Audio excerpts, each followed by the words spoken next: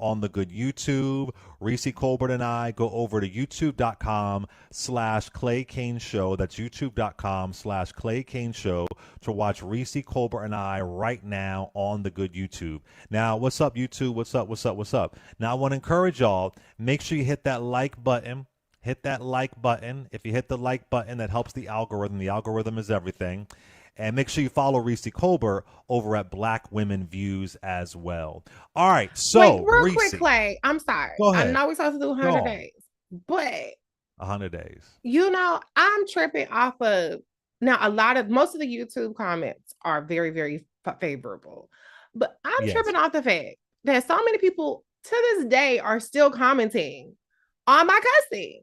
Like, okay, I'm not saying that people cuss and do politics because of me, but I will say this: I don't recall other people cussing and combining cussing in politics. I don't recall that when I was doing it in 2019. I don't recall that. Now here we are in 2025, and it's a whole bunch of cussing pundits. Even Congress people are cussing now. Okay, senators are cussing. So I'm trying to figure out why I'm the one that get all the smoke for cussing when everybody else is doing it now. Now I can understand when I first started doing it, I got people who's all up in arms, but it's not old news now that people cuss and talk about politics. Like, I'm confused, right? Clay, am I tripping? Because I could have sworn No, that. you're not tripping. Okay, And I right. think at the end of the day, I think people are used to commentators or pundits or whatever the case may be having a different personality, right? Mm-hmm. And you're just being yourself. Right. It's 3 hours of radio twice a week. It's 2 hours on your show. So what is that? I'm bad at math. What is that? 8 to 10 eight hours a hours, week. yeah. And then I'm on 8 hours a week. rolling. Yeah. Yeah, So, uh-huh. and you're on rolling as well. So you're being yourself. Now, when you're on C-SPAN, you obviously don't cuss that way. We all have, it's just not going to happen. But radio, one thing Karen Hunter always told me is that radio really shows who you really are. And so if Mm-hmm. folks don't like it, hey, let somebody be themselves. And what I don't understand, if you don't like it, why comment on it? I just think it's kind of funny to me. Like, why Yeah, why comment on it? I Yeah. think because Well, I don't like people something. I don't really comment. look, you don't have to announce yourself that you don't like it. And then when I rip your head off, then now you're a victim. When I Right. don't like people, there are people I don't like. And you know what? I Right. don't interact with them. I don't go on their videos. I don't go on their No. social media pages. I don't go on somebody's shit just to tell them that I don't like them. I just don't like them in private.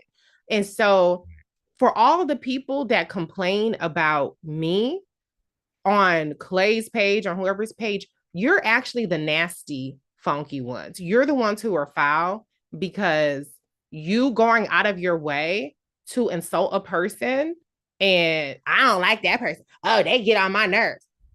You're the one with the bad attitude and you're funky. Okay. So I just want you to know that you're the foul one. I don't know. I didn't know. I wouldn't have known that you existed and that you don't like me had you not commented. And the fact that you felt the need to be nasty to a person that is not even talking to you or addressing you, that says something about you. So while you're on your high horse or your finger wagging or your respectability politics towards me, you're actually the real foul funky one. Because as much as I don't like certain people, I just don't bother those people. Now, if you Right. call in and you invite the smoke, that's different. Now we're gonna have a one-on-one interaction because you've announced yourself to me or to Clay on the radio. And now we have to address it. But I don't go bothering people. I don't search my name. I think it's different comments on your page because we're family, like we're partners. Yeah. But Absolutely. to me, I just feel like y'all are whatever moral high ground you think you have over me, you really don't. You're really a nasty person and you're entitled to your opinion, but just understand Yeah. that your opinion is nasty because you felt the need to announce that to me and you think you're trying to make me feel some kind of way and you just really showing that you're a real nasty foul person. So I'm going to keep cussing. It's gotten me far. I will actually be on News Nation this afternoon. You can catch Yes. me places cussing or not. You can catch me. I'm up to 280,000 followers now across all my Hmm. platforms. So I think people with 5 followers, 2 followers, anonymous pages, You don't have the answer, Sway, compared to me. But if you do, then duplicate what I've done, and then we'll compare resumes and notes. I just want to say that I hate to give negativity attention because so many more people, exponentially more people, are like, I love Yeah, you, keep doing what you're doing. 90%. And so I'm not saying this because I want people to call in and be like, no, Reecie, keep it. I'm not saying that, but I just wanted to address those people. You don't have to be nasty. You are entitled to your opinion, and you may or may not get a response to me, but I just don't like the fake moral high ground. That's what I don't like. I don't like that because you're no better than me because you're being nasty to a person that is not even talking to you, not even addressing you. So that's stupid. So I just want to say that real quickly. I know I took up too much time on that, but I just want to say, because everybody's cussing now. I'm like, damn, everybody cuss.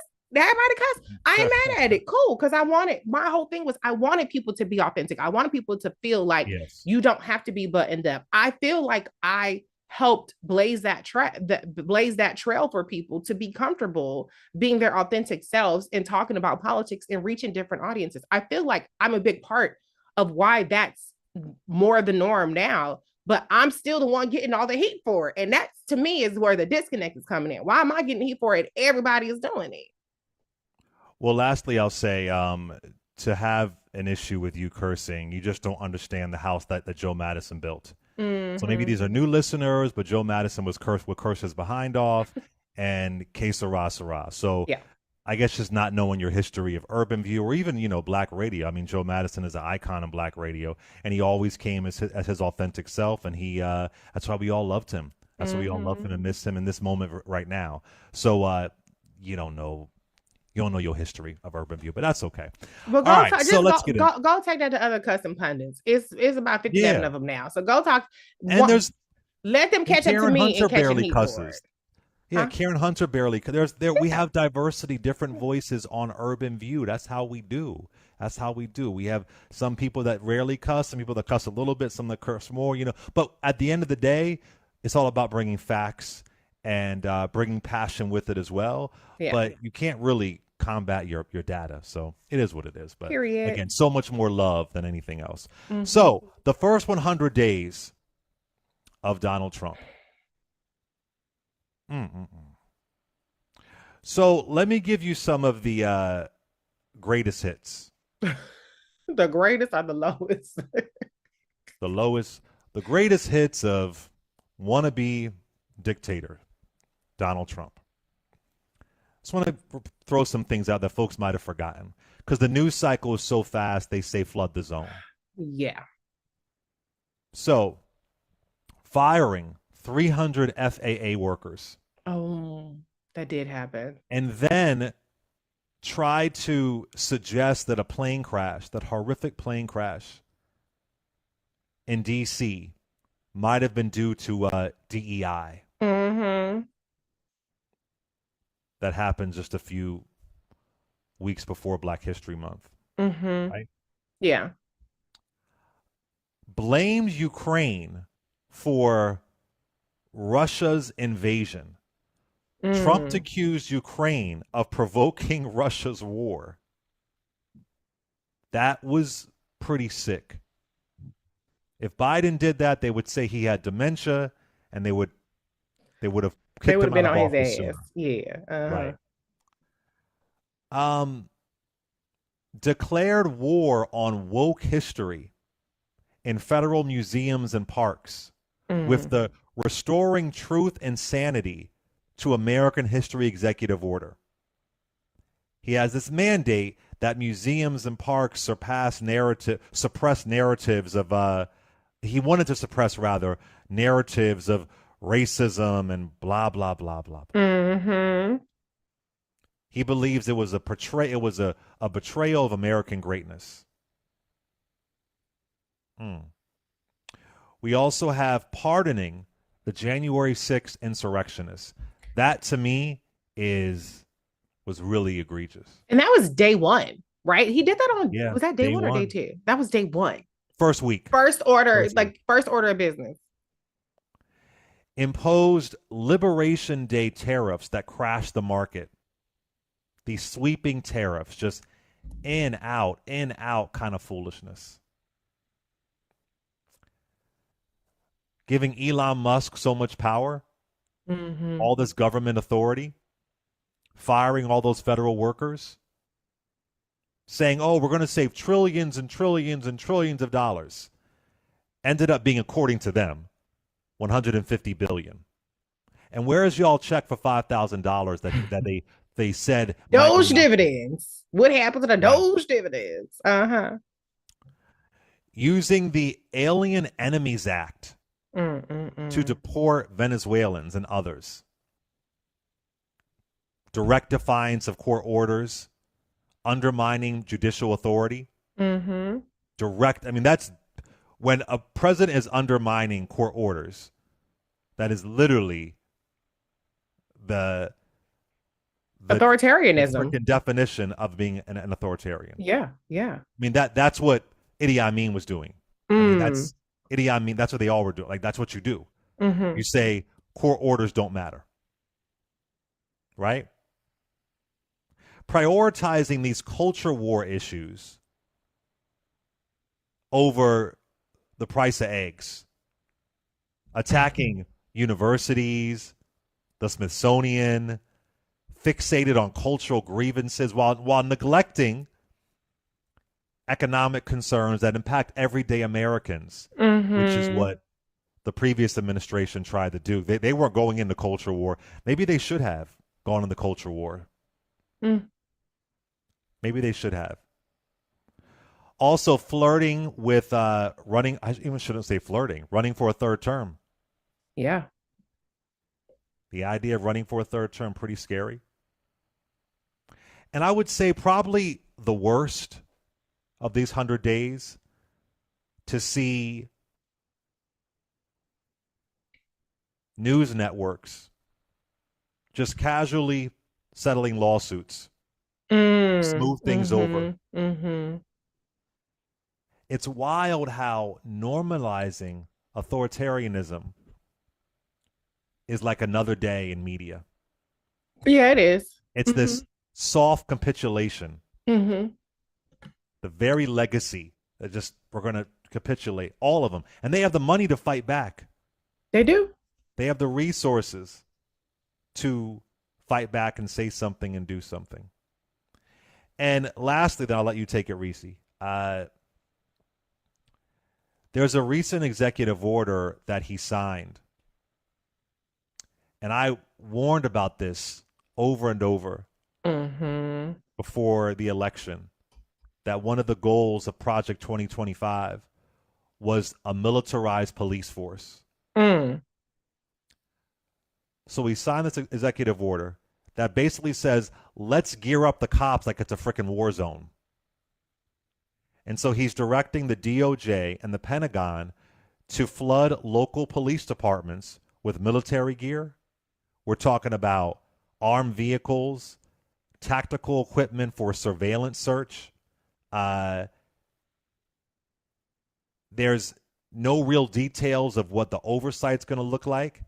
It's Mm-hmm. part of strengthening and unleashing America's law enforcement plan.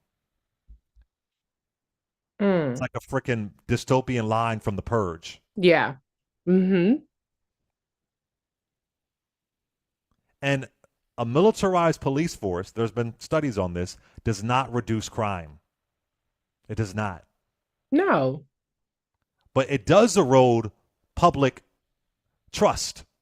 That's what Mm-hmm. it does. Mm-hmm. And we Mm-hmm. already, that's already eroded. It can escalate protests. So he wants to let the military operate freely on U.S. soil. Mm-hmm. So those are some of the things that I found really disturbing these first 100 days. Yeah. And not surprised. No. Not surprised. Not entirely. No. I'm not surprised at all. Mm-hmm.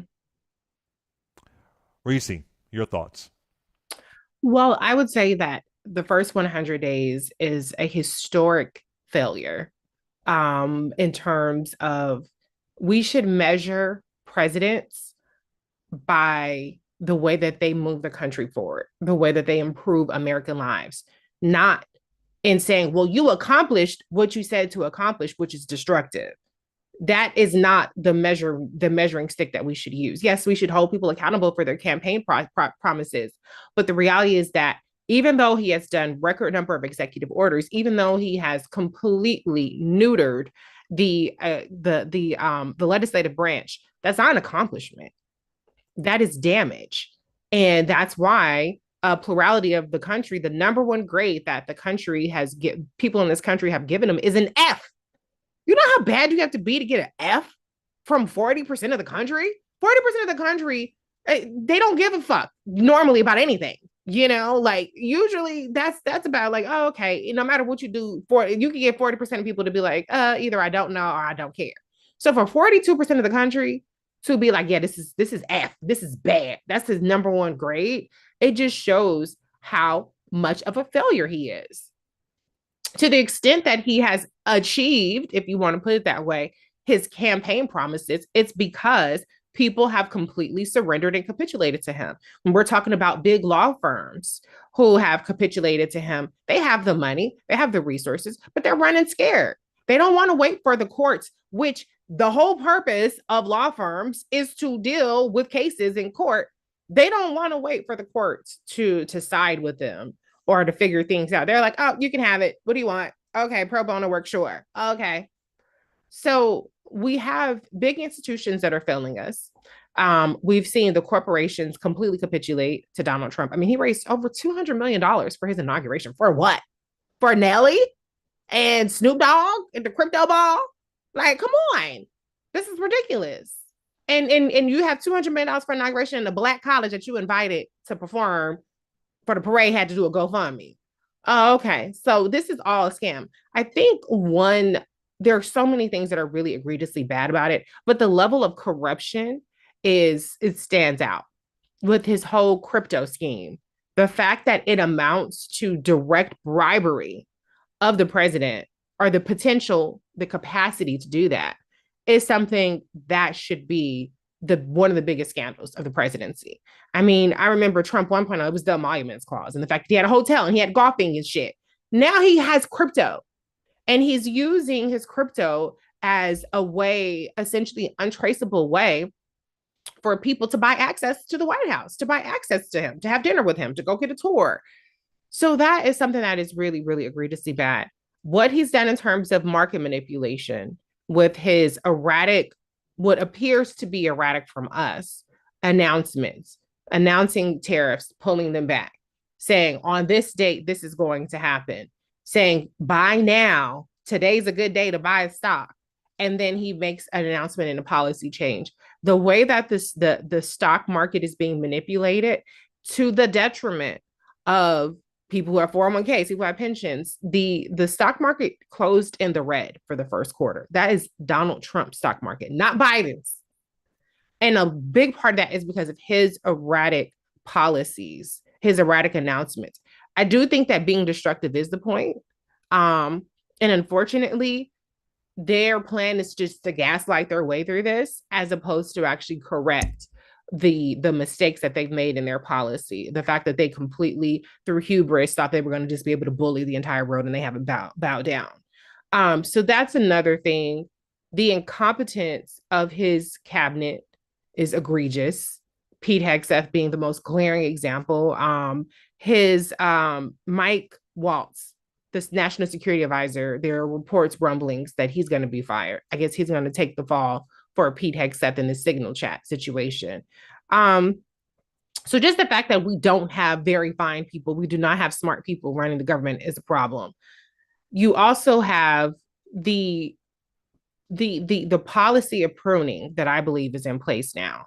I was just reading an article about RFK Jr., who was reportedly, according to his memoirs or his own accounts, on heroin, smack, for 12 years. This man was a whole smack addict for 12 years. And he has now ordered grants that increase access to Narcan to be canceled. Narcan has cut overdose deaths in half by 25%. That was something that was expanded under the Biden-Harris administration. And that saves thousands of lives. They're doing all of these things, taking away life-saving measures. They are taking away research to find cures, to prevent diseases.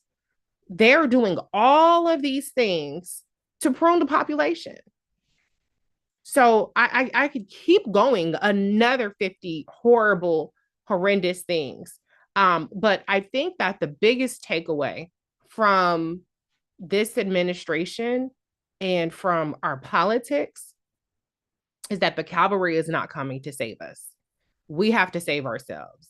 We have the ability to the easy button. The member Staples used, or Office Depot used to have those commercials, and it was like a big red button, the easy button. That would have been elected Kamala Harris. Then we wouldn't be having this conversation. I don't know what we'd be talking about. We might be talking about shit, TV, what we watch on TV or whatever. Like we might not even have nothing to talk about. It might be so boring right now because we would have just been, okay, well, child tax credits expanded, or you get your little home ownership tax credit, or whatever situation may be.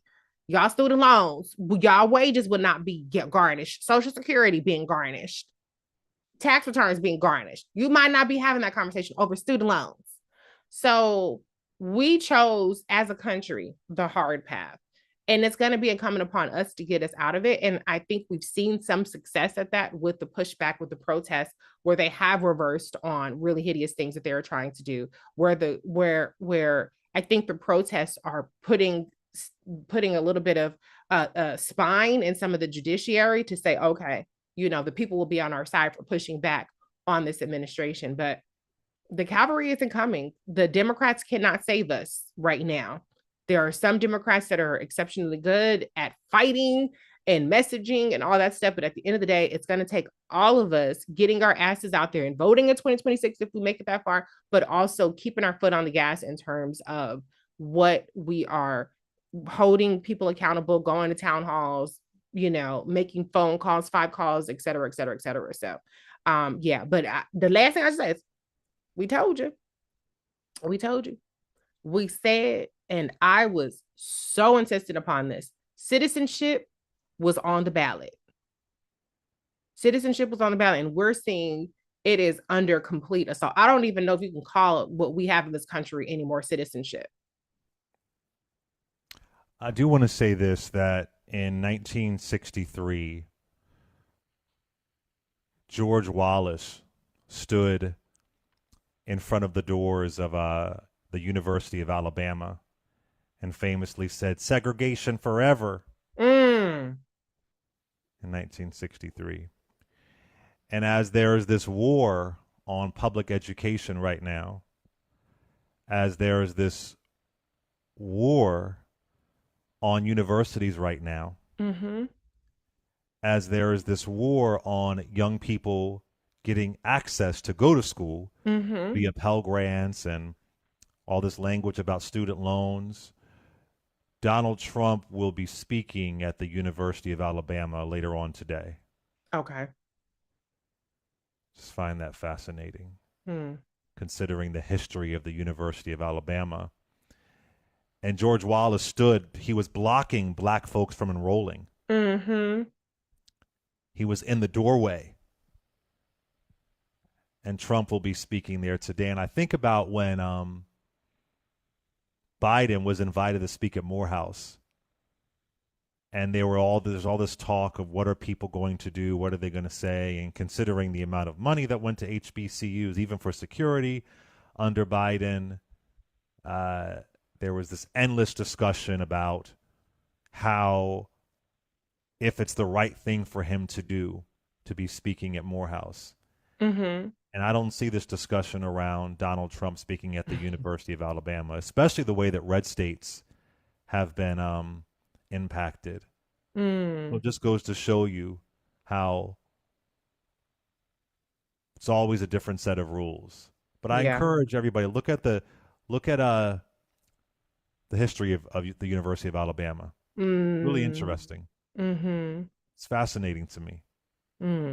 So 100 days, it's been a historic sprint of golfing, grifting, and gaslighting. That's perfect description of it. That's basically what it's been. Golfing, grifting, and gaslighting. If Yep. if incompetence were an Olympic sport, they would have the gold Well, it's because weaponized they decide. incompetence too. It's not just But incompetence, it's weaponized incompetence. That's even worse. it is. But also they change the rules like mid race. Oh yeah, they don't give a damn They about change it to laws. clear What? whoever the winner will be. Yeah. Um, so But it's just I forgot to mention one thing that I feel like it's crazy that this didn't register. I don't remember. Remember how they arrested a judge, a state judge in Wisconsin. in Yeah, Wisconsin, and that was like a 3 hour news story. yeah. That shows you how far off the deep end we are. That a whole ass judge, a white lady, was arrested over immigration, which is supposed to be immigration is supposed to be about going after so-called criminals, and yet a white lady who's a judge was arrested, and it was like, oh, okay, well, whatever. How long was she in jail? Like, I didn't see her do it, and like, there's nothing about that. It was like a 1 day story, like 3 hours. But lastly, I'll say Reece. Then we'll go to some calls. I don't blame him because he told us what he was going to do in plain sight. He did actually. In these 100 days, we've seen people on CNN, on MSNBC, on social media, regretting, crying in tears. Some folks don't regret it. Some folks would rather harm themselves than, make a different decision. But this isn't shocking to me. This is not shocking to me. We knew exactly what he was going to do, and there's more to come. And he never wants to leave office again, and he wants to pass the office down to someone else. Yeah. I mean, we laugh at things like the Gulf of America. People say, oh, he can't rewrite the 14th Amendment, that's our amendments, the Reconstruction. I mean, those are literally come from the fight of black people. The executive order. We have this case at the Supreme Court now that federal tax dollars can go to religious charter schools. Yep. Uh-huh. They're looking for canon law. They're looking for religious law. And they have their dear leader in place. The idea that taxpayer dollars quite possibly might go to religious charter schools. Not even Bush would have done that. And he was a leader of the evangelical movement. Yeah. So I think what bothers me the most is that it's so clear what he said he would do. And then lastly, I'll say, I'm a student of history. I'm degreed in Black Studies. I wrote a New York Times best-selling book starting from the 1860s to 2023, I would say. Uh-huh. Even those framers, what folks call the founding fathers, folks who I do not like, they were racist. Many of them were slave owners. But even they are rolling in their graves. Yeah. Because he is going against this thing called the Constitution and democracy. When I say democracy, I mean the power is decided by the people, not the one guy at the top. That isn't a democracy. So even the people that we don't like, even they're like, well, goddamn. Like, what the fuck? Like, yeah, I believed in owning people, but I didn't believe that you ignore court orders. You know what I'm saying? Like, I draw the line somewhere. Right. Not at slavery. They're just like, but the other place. Oh my goodness. Yeah. For real? Uh-huh. So that right there is pretty disturbing to me. Yeah. And it's just the beginning. But, I hope that I hope you feel like those they-thems are being put into place. I hope you feel like you aren't losing your job because of a DEI, whatever you believe that is. I truly hope that now that they're kicking out all these immigrants, I hope that you feel safer, in your gated community because you believe all these immigrants are out. I hope you feel better. I hope it was worth it. I hope it was worth it. So 100 days, it's been a mess. It's been a disaster. And it's also saddens me to see people hurt or suffering Yeah, identity because it federal was workers not on this show, necessary. Yeah. to see people who are hurt, like, wow, Mm-hmm. that's just crazy. We didn't have Mm-mm. to we didn't have to be here. Let's go to a caller. Let's go to Greg, Alabama. What's up, Greg? First time caller. Oh my God, where am I? Lord have mercy. Hold on one second. I'm in 42, right? Hold on one second. Let me see. Let's go over to Shelly from Ohio, first time caller. What's up, Shelly? Yeah, I was calling about Reecie and people talking about her testing and stuff. I wanted Yes. to say I appreciate it. I love her personality. It's one of the reasons why I listen to her, because she's so blunt and she expresses herself and she doesn't apologize for it. So go ahead, Reecie. Keep it up, girl. Thank you. Appreciate you. Love that. Thank you for that. Let's go over to let me see here. Thomas from Jersey. What's up, Thomas? Hey, Dustin, how you guys doing? Wonderful show, wonderful show. And so you had a great beat in, Clay. I'm a part-time instructor at a alternative school, and I teach social studies this semester. And it is a beautiful time. Let me tell you this, because of all the Fourth Amendment, the 14th Amendment, all the violations that are happening with the Constitution. And I'm teaching my young people how much, this administration is violating all these rights. I actually have students whose parents are scared because of the whole thing with not Doge, but ICE. And that the fact that, listen, you know your rights. I'm telling you that you can help your people, because they were trying to get them to, remember that text went out for them to register? Yes. Yeah. So I had actual people who got that. And so we were actually going over everything. So we were looking at how egregious these laws are and what your rights are and how much he's violating, and where's the outrage at? And I want to ask you, do you think our lack of even understanding our own Constitution, our own rights, because I'm dealing with young people 16 to 20, and they're just learning, but I'm wondering, is it because we don't really see how egregious this administration is against as you were talking about, the founding of this country, and how much violation there's been? I just want to ask you guys, do you think it's our lack of understanding that ourselves? Yeah, I think people don't get how government works. It's hard to understand. Oh, this bill becomes a law. It goes from the House to the Senate. It gets ratified. It goes back to the House. There's that. But also, like I was saying before, it's very easy to unplug. It's very easy to be uninformed. It's not like we have 5 channels and the Vietnam War is being broadcast on 3 of the 5 channels. Yeah. It's very easy to be distracted. And they pray for distraction. They pray for chaos, right? So I think it's very easy to unplug, and we will get to a point at some point where you're not going to be able to unplug, and things are going to get so egregious you're going to have to care. Yeah. And I don't want to get to that point, so I hope I'm wrong. But I also think that a lot of people are okay with what's happening to the extent that it happens to others, to them. Right. So Nobody when it cares comes until it's to, them. when it comes to what they're doing around immigration, they're okay with immigrants and migrants being terrorized.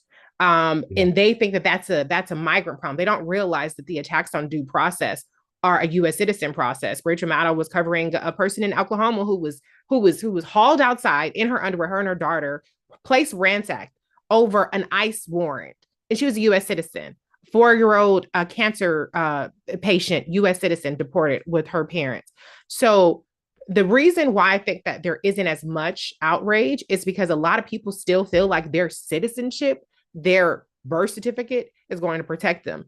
And I don't think that they should be that secure. I want to head to a break, and we have to leave YouTube, y'all. Follow Reecie, follow myself, subscribe to Clay Nation.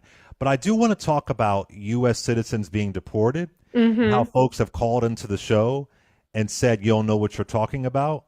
It's so quick. It's so funny how things change. So I want to talk about that after the break. So SiriusXM, you gotta subscribe. SiriusXM, subscribe if you want to see more of this. But we're here on the good YouTube. We're signing off. Actually, you want to stay on for a minute, talk to the people? Yeah, I'll stay on and talk to the people a little bit. Okay, Clay Kane Show. Head into a break. Be right back. If you can't do something right, don't do it at all. Bring me the axe. I'm not mad at you. I'm mad at the dirt. If you can't do something right, don't do it at all. Bring me the axe. Tear down that bitch of a bearing wall and April Give said, I me think we're the clear. I think I can talk to y'all. that I'm entitled to. No wire hangers ever. Sword Waiting for the music to go off. cuts both ways. No wire hangers ever. Cuts both ways. Cuts both ways. Why can't you treat me? I would be treated by any stranger on the street. You deliberately embarrassed me in front of a reporter.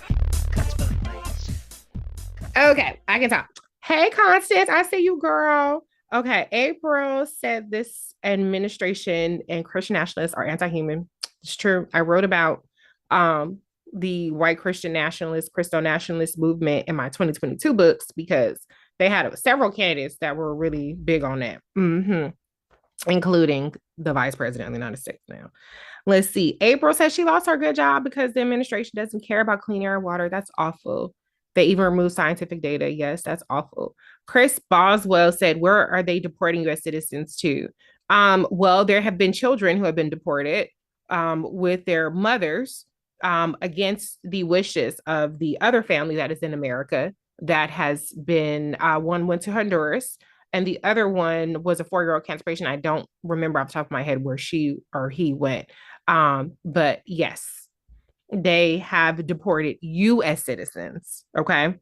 Now I know a lot of people don't care because they feel like, well, the mama was illegal. Okay, but if it can happen to them, it can happen to any of us. And I don't know if y'all know this, but they are, and maybe we'll talk about this on the other side. They're talking about sending people to Libya and Rwanda. Okay. Let's see. Canada voted against the conservative candidate. I appreciate Canada. They was like, look, we stand on business. We anti-Trump. We gotta make sure we get somebody in there that is going to stand up to Trump. And I love that for them. I hope that we get that energy out here, but I don't know. I don't have no faith in people because 89 million motherfuckers stay home. And I think I saw at least 40% of the 89 million people that didn't vote are, of course, it's a sample, but they don't approve of his job. I think it's actually over 50%. Let's see. C. Bree says, you have a feeling 2026 VP Vance will be president? I don't know about that. Well, where's Trump going to be? You think that? Let's see. Thank you, Norman. Let's see. From support stems from a lack of caring from other people. It's true. Why are they being targeted if they're U.S. citizens? The thing about it is, well, okay, so there are some U.S. citizens that are being targeted, like immigration lawyers, doctors, people who deal with immigration have been targeted, saying you have to leave the country. You have a week to deport, which you cannot deport U.S. citizens. So when you're telling people to leave, whatever the word is for that, that's not deporting. But they also are incompetent. So the story about the woman in Oklahoma, it was somebody who lived there before that they were looking for. But instead of them listening to, this is the problem. I don't know why people don't understand that the way the popo works, what are these ICE agents that are already roided up and already just got a hard on to terrorize people?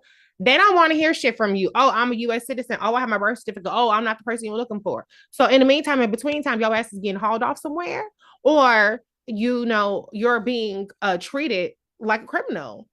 So these people as Oklahoma, there's a story about, I don't know the woman's name because they're anonymous.